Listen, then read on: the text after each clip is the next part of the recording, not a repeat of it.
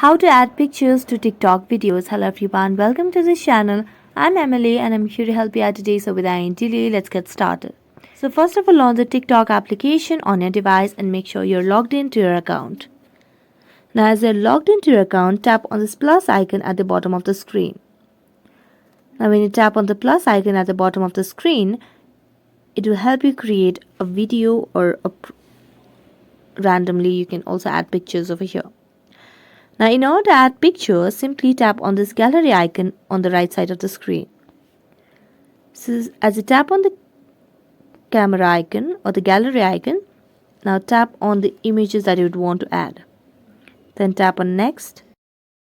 And as you tap on next, tap on the add sound section as well. Now if you want to use any sort of sounds, then you can use it. I'm going to select on this one over here. As you do that, you can just watch it that the pictures has been added to TikTok videos.